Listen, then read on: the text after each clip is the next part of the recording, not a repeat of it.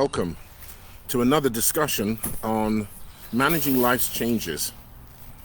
For those of you who do not know me, my name is Ronald Allen. I am a, shall we say, 20-year mortgage banker going back some time. I have morphed partly because of economic challenges and professional need. I've morphed into life coaching, which came about because I was doing a lot of corporate coaching, working with underwriters, working with secondary market service providers, and even loan officers on the front end. And I found the work to be very rewarding. For those of you who have visited my live chats on my channel, which is still building, you'll know that I'm always referring to life's changes. And there are multiple life changes that we'll all go through. Today I'm in my yard, in one section where I have a nice little settee here, wooden settee, and I even have my coffee. We've just come back from a walk in the woods where unfortunately my cell phone reception would not allow me to connect, so I couldn't do this out there. We walk our dogs. Right now we have 4 rescue dogs. T-Bird is a pit bull. In fact, Miriam is taking him in. I was going to show him, by the way, on today's programming. I wanted to show you, but he's going inside. I think he's getting his ears done. And then Sanji is a bull mastiff. He is a bull mastiff. So, here we go. We got trouble coming. All right, so here is T-Bird. Let me show you T-Bird. There is T-Bird. Very busy, enjoying the yard. T, say hello to your fans. He's obviously found something. But today's discussion, and the reason why I've kind of laissez-faire in its opening, in my opening, is that we need to use our experience to our advantage. And I'm going to give you a number of examples that address that. I'm actually sitting on my phone right now because, again, as I mentioned, we just came back from a walk, and I'm going to give my phones and my wife's phones to her so she'll take them inside. But using our experience to our advantage, and then I'm going to show you how we can anchor the 4 elements that we discuss, should I say 4 aspects of our life, that everyone has a component in, has a stake in.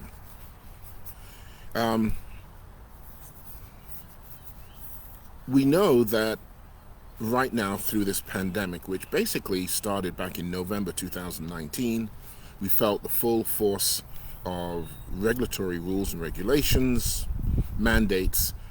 That would be January, February of 2020. We are now moving rapidly through May into June. I always kind of jump a month ahead because I plan in 3 months segments. So we're now on, say, May, June of 2021. So what have you learned about yourself and your capabilities to deal with change? How have you, if you have, taken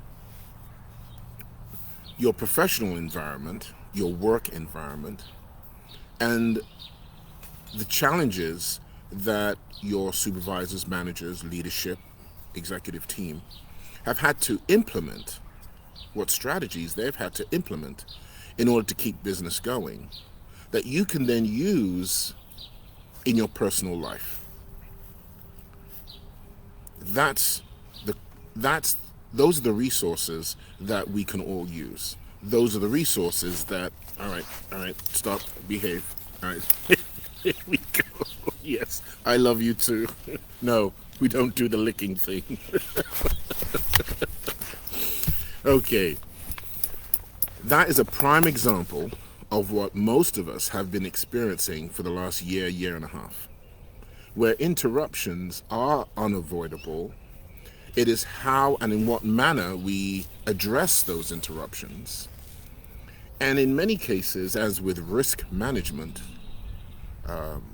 mitigating and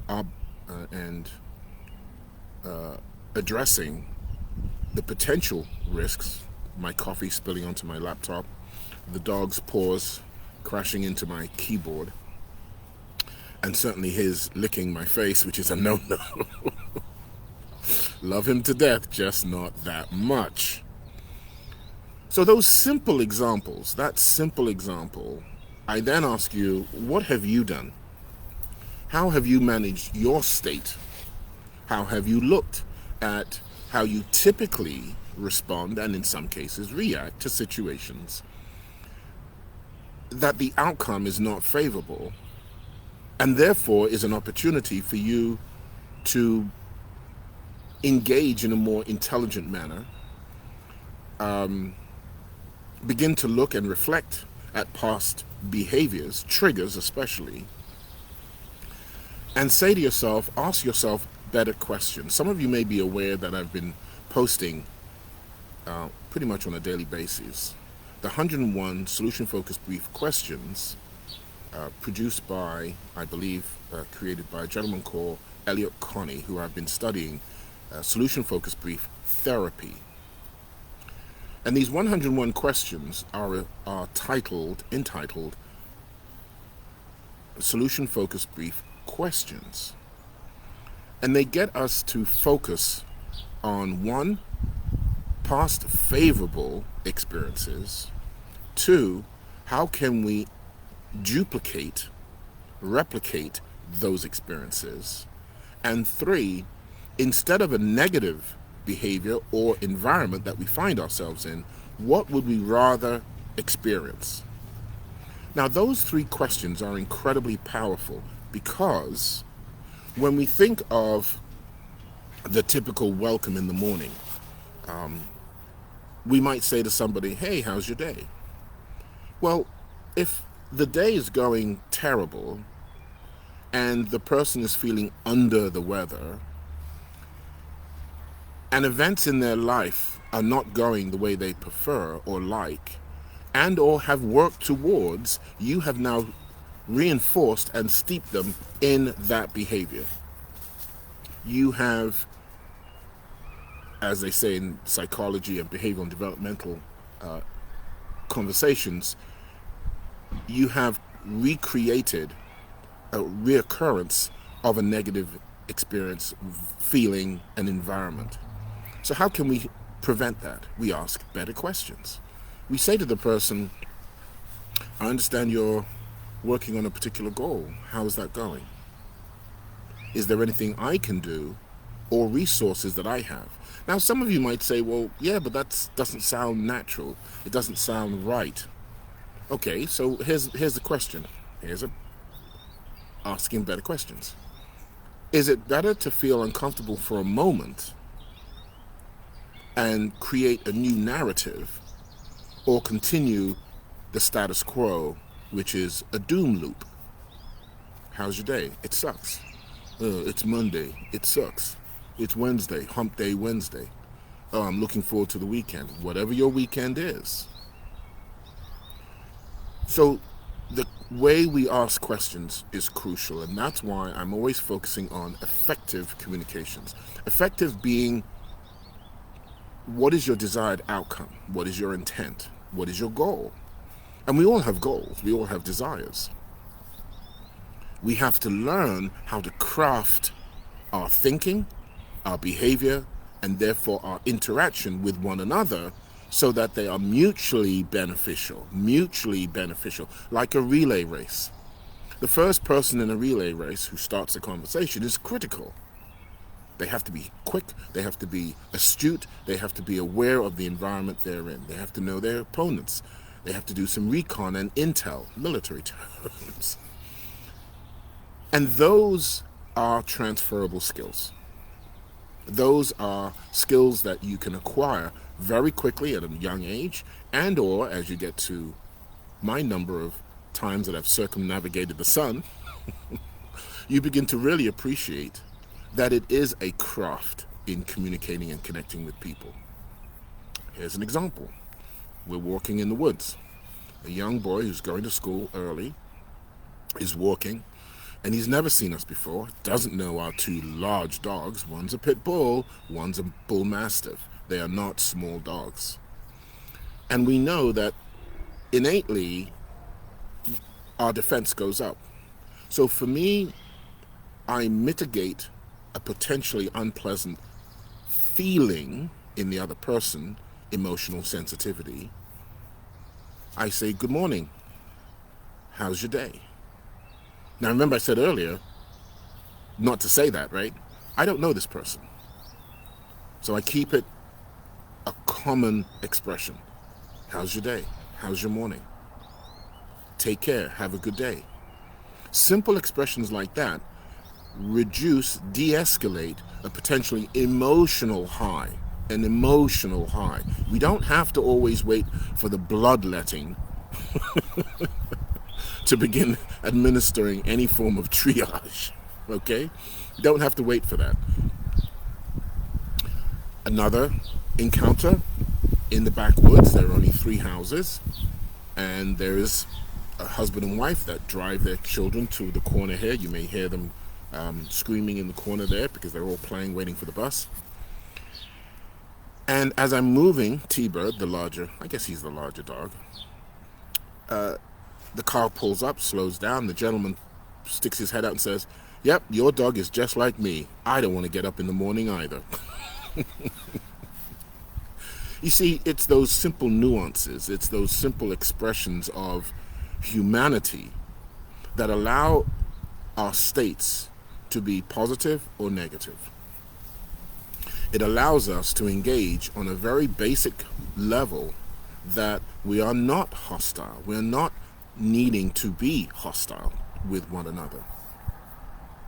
So as I mentioned earlier, I'm going to share with you some of the areas that we are constantly revisiting because they are what I call hardwired to the way that we behave and we interact with life.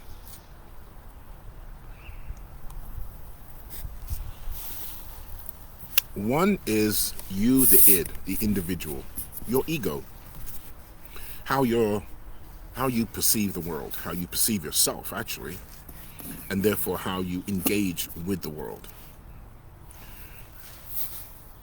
That comes from a number of external stimuli, external programming senses, family, relatives, our social interactions, even at a very young age. In fact, especially when we're in kindergarten. I can still remember some of the engagements I had with young girls when I was in I guess it was a kindergarten in London.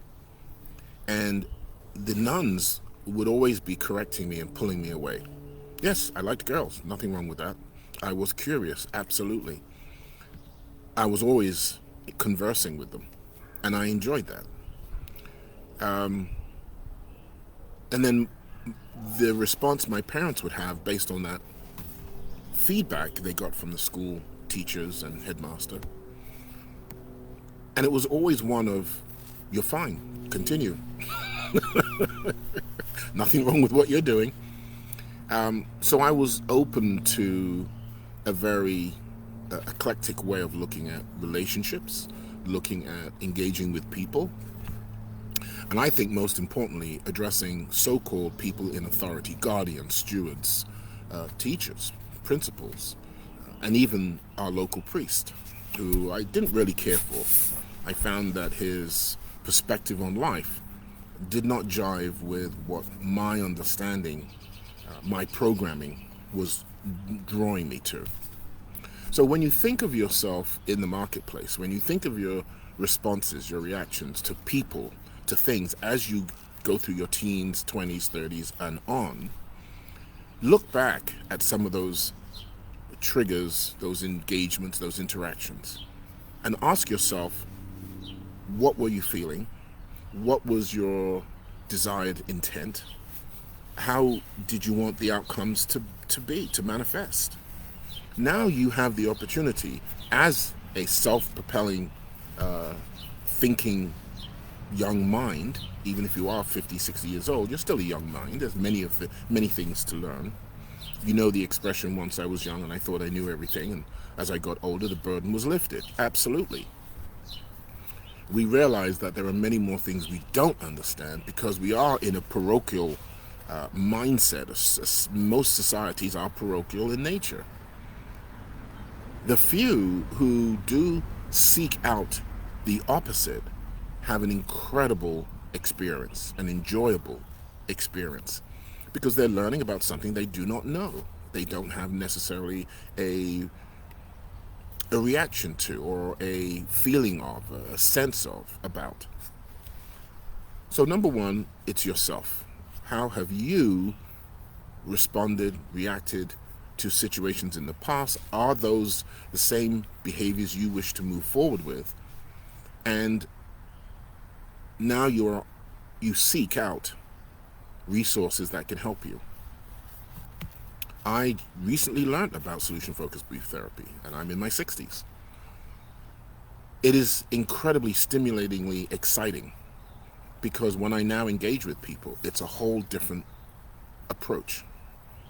It is not the end-all be-all. It is another tool in my toolbox. It is another approach. It's another skill. It's another capability that I have when I engage with people, or choose not to. That's what's so incredibly beautiful about that. I do not have to. I do not have to. What's this down here? New tip.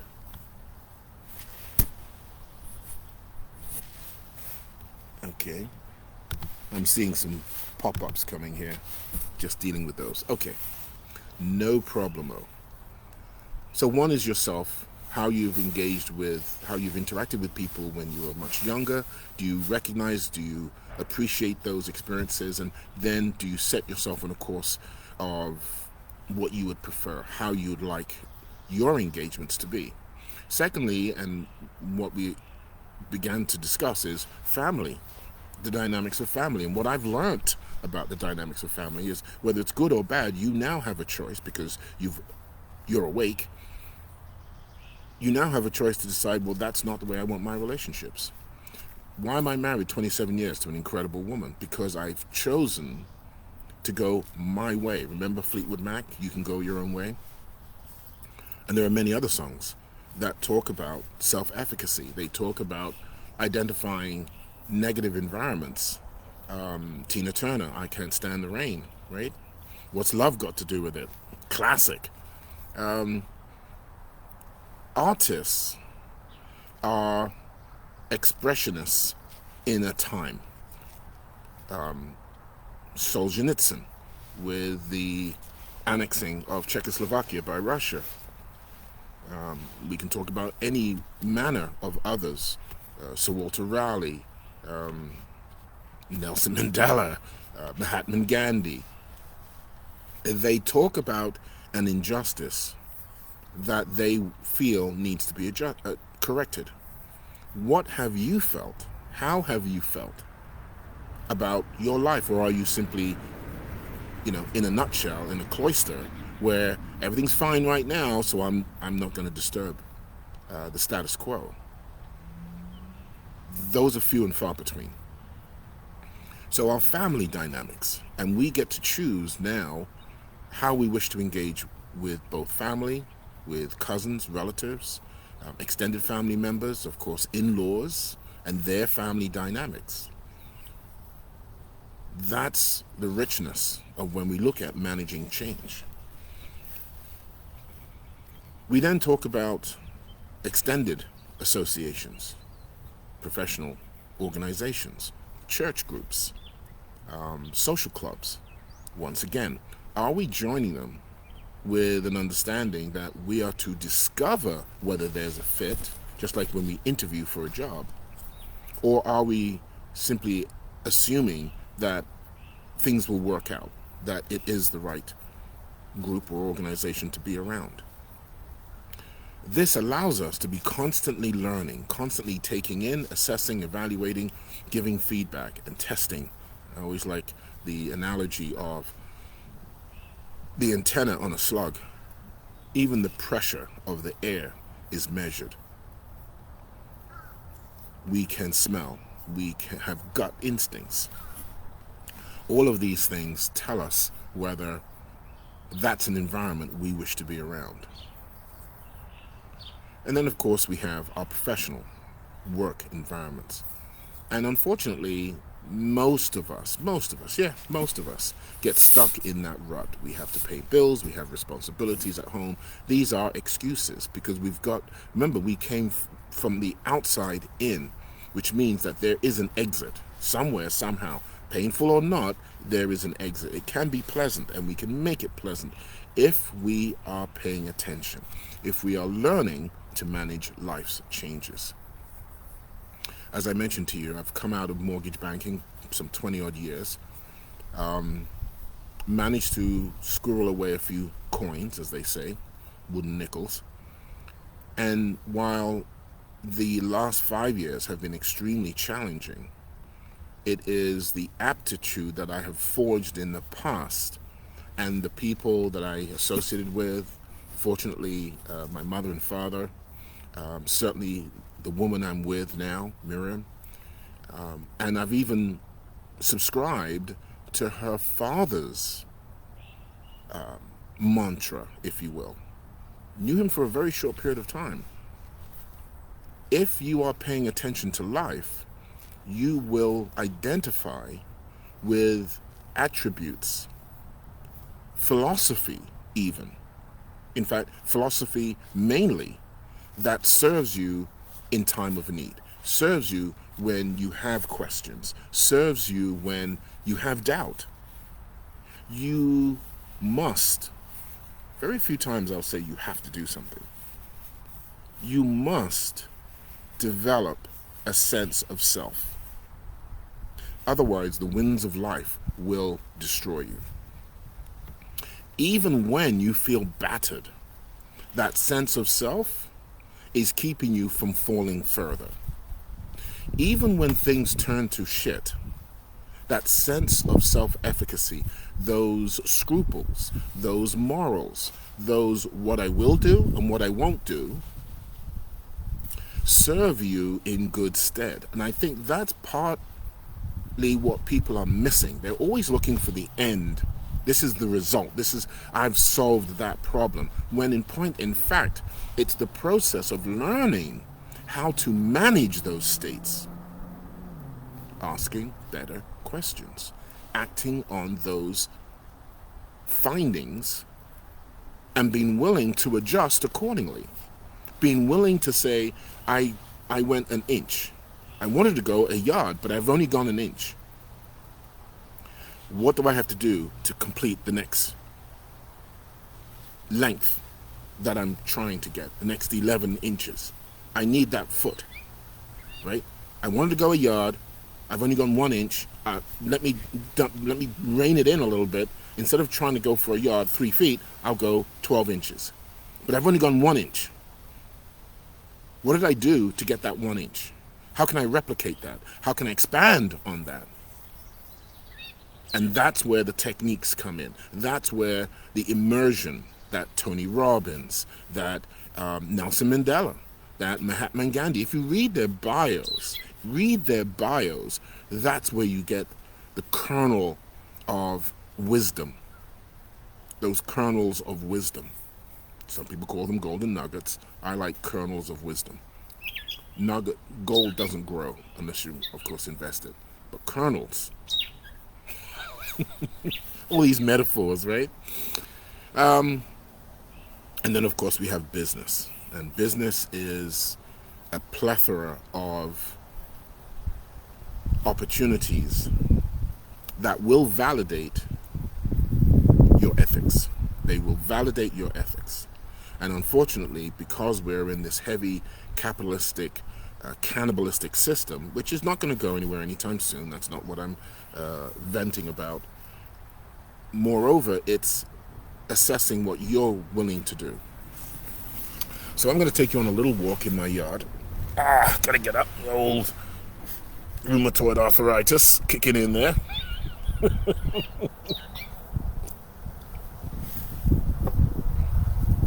I'm going to introduce you to another member of the family. Harpo. My wife keeps telling me what kind of dog it is, but I never remember. I just like the dog. I just like the dog. This is Harpo. Let me show you Harpo. Do you see Harpo? Let me come over here. Hey, Harpo. There's Harpo. Hey, Harpo. The reason why I have Harpo in a rather large cage is because the pit bull. And as you know, children will be children. Dogs will be dogs. And we just don't want any accidents. The short and sweet of it all is we like our animals. The point of that simple sharing is that we have to take responsibility when we talk about use your experience to your advantage. You know, and you've experienced positive and negative relationships. You've had positive and negative job opportunities. You've had positive and negative outcomes. Learn from those. Don't be so quick to say that you don't know. Don't be so quick to discount your systems, your values. Don't be so quick. I'm going to take off my glasses because I see the glare there. There you go. Don't be so quick to say you're not worthy of things. Don't be so quick to discount the way that you approach challenges in life. If anything, what you should be doing is building. Be on a building mentality. Be on a quest, if you will. And that quest can be literally hour by hour, because some people are in a very painful space right now. Others don't understand why life is rolling out in the fashion that it is. So maybe the hour, maybe the half day, maybe the week is a challenge. And if you can get through that with some modicum of respect for yourself, you'll find that understanding the triggers that you as an individual have responded to, you'll begin to design and work on how your relationship, how you want your relationship, and convey that to your mate. And be willing to, what we call, take them to the safe island, right? This is what I'm trying to accomplish. This is what I feel need help on. This is where I feel vulnerable. And if they show you that they're incapable of helping and supporting you, then that's great feedback. That's the risk factors that we talk about in business that show that a project is not going to move forward, or we don't have the capability, or we don't have the maturity, we don't have the investments. We haven't applied the right sequence of actions so that we get a favorable outcome. Using both business and personal tools to address our needs is an ongoing necessity. We bring ourselves to every project. We also have understandings that are not always favorable. And that's where the learning and the growing comes from. That's where we use our experience to our advantage. Because even when we're not good at something, even when we're not capable of creating the outcomes that we want, if we recognize that, now we're on a learning path. Please check out our website, ronaldmallen.com. We have some pretty cool audio files. Check out the Managing Change in 60 Seconds. If you're not already receiving them through our social media distribution, we send them out every day. We also have the podcast where we're now going to actually interview business owners, stakeholders in our community. And I'm going to have an interesting conversation. I trust I will have an interesting conversation with some people of, shall we say, faith-based initiatives, where they have had to adjust to this pandemic and what they've done to help their communities manage life's changes. This is Ronald Allen, managing change through effective communications. Be seeing you.